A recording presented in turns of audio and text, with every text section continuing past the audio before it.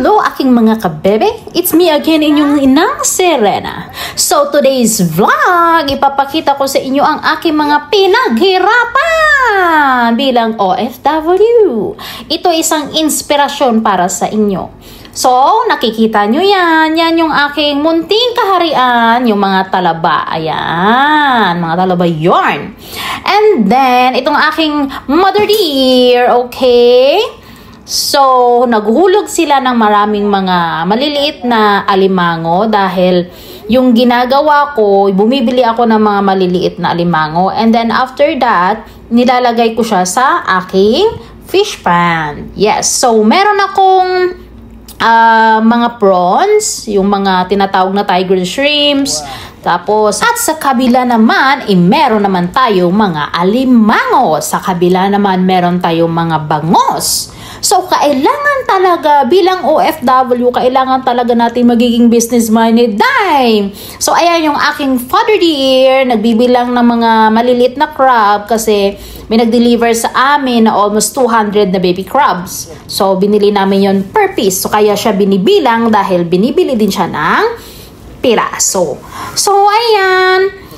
Pag lumaki na siya, siguro mga December malalaki na yan. So, may mga past month na kami na nahulog kasi malaking fish pond ito. So, marami siya. May 6 ata sila. 6 na kanya-kanya na lagayan o na bahay. So, itong area na to is para lang sa mga crabs.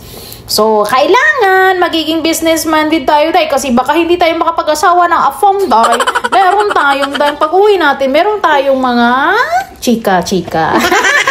O ayan, nakikita nyo yan? Sobrang dami yan. Kaya, syempre, kailangan din natin dahil mag-business. Hindi na pwede lang, puro lang tayo trabaho dito. Pero, kailangan talaga natin ng may taong mapagkatiwalaan. Isa na dyan ang aking father dear at aking mother dear. Okay? Masaya ako kasi syempre, nakikita mo yung mga pinaghirapan mo ba? Kasi, pag wala ka talagang pinaglaanan ng pera, dahil, naku, hindi mo na makikita yung pera mo kung saan napupunta yung mga sahod mo. Chika-chika. Well, ganyan talaga. So, ayan na, binibilang ng aking tatay. Tsaka, nakita yun dyan, malapad siyang area.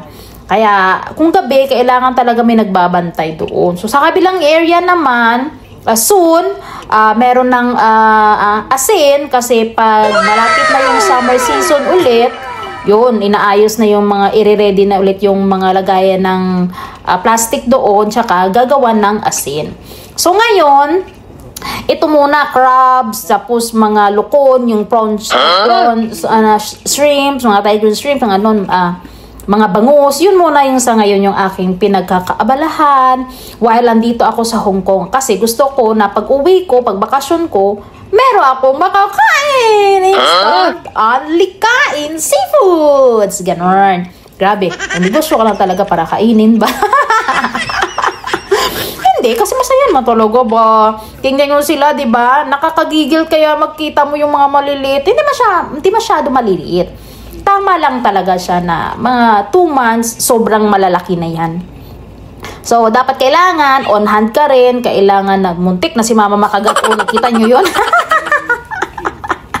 Kasi yung mga lalaki, meron siyang mga nilagay pa na parang tinali pa siya. Yung maliliit, hindi siya tinali. Kaya pinuputol ni mama yung kanyang mga tali. Tsaka si papa naman busy sa kakabilang. Natawa ako dito sa kanila kasi yung bilang nila ba, nagtatanungan sila kung ilan na yung nabilang nila na alimango.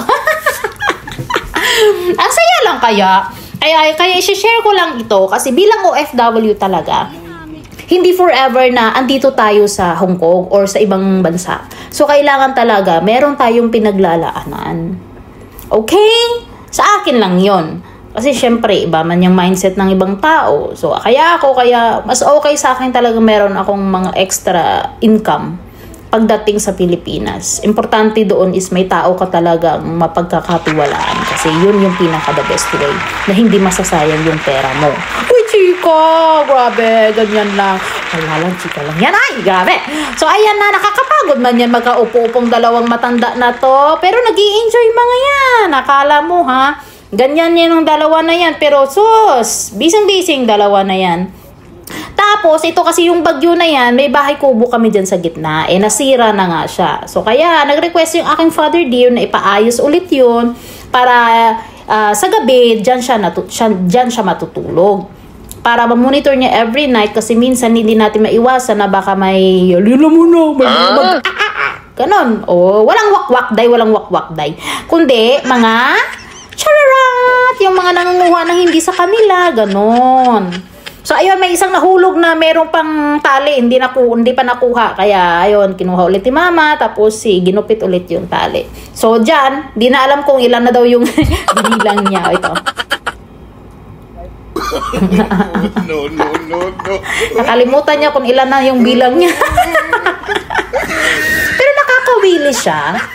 Kasi every time na uuwi ako, masarap talaga yung kumuha ka ng fresh na alimango, fresh na shrimps, yung mga malalaking talaba doon, tapos ikaw kumukuha. Alam mo, every time na uuwi ako sa Pilipinas, yun ang ginagawa ko. Ako ang nangunguha mismo ng talaba. Ako din mismo yung nakikita ko yung mga nagtatalunan yung mga bangus, yung mga nakikita mo sa gabi yung mga malalaking hipon na namumula-mula yung mata na parang aswang. Ay, chika lang. Ganun yon. So, maganda, masaya na nakaka-overwhelm. Ganun. Siyempre, ang family mo nagiging masaya rin kasi siyempre pag tumatanda ka na kailangan talaga meron silang mga may ginagawa. So, ayan, yan yung mga ginagawa ng aking mga palaloves at saka yung nagvi-video dyan, yung aking pamangkin. Shout out sa aking pamangkin ni si Monica. Okay. And then sa may aking father dear na si Digolski. Nakalimutan niya kung mag-ilan na yung bilang niya. At yung aking mother's dear na si Melbs. Hi!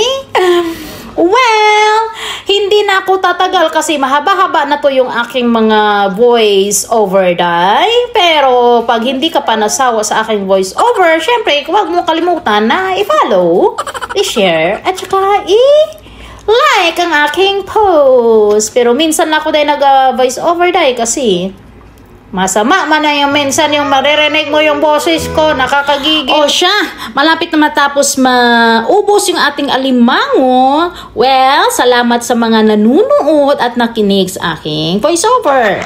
Well, don't forget to follow and share. Thank you so much once again. Thank you. Ito po ang inyong Inang Serena.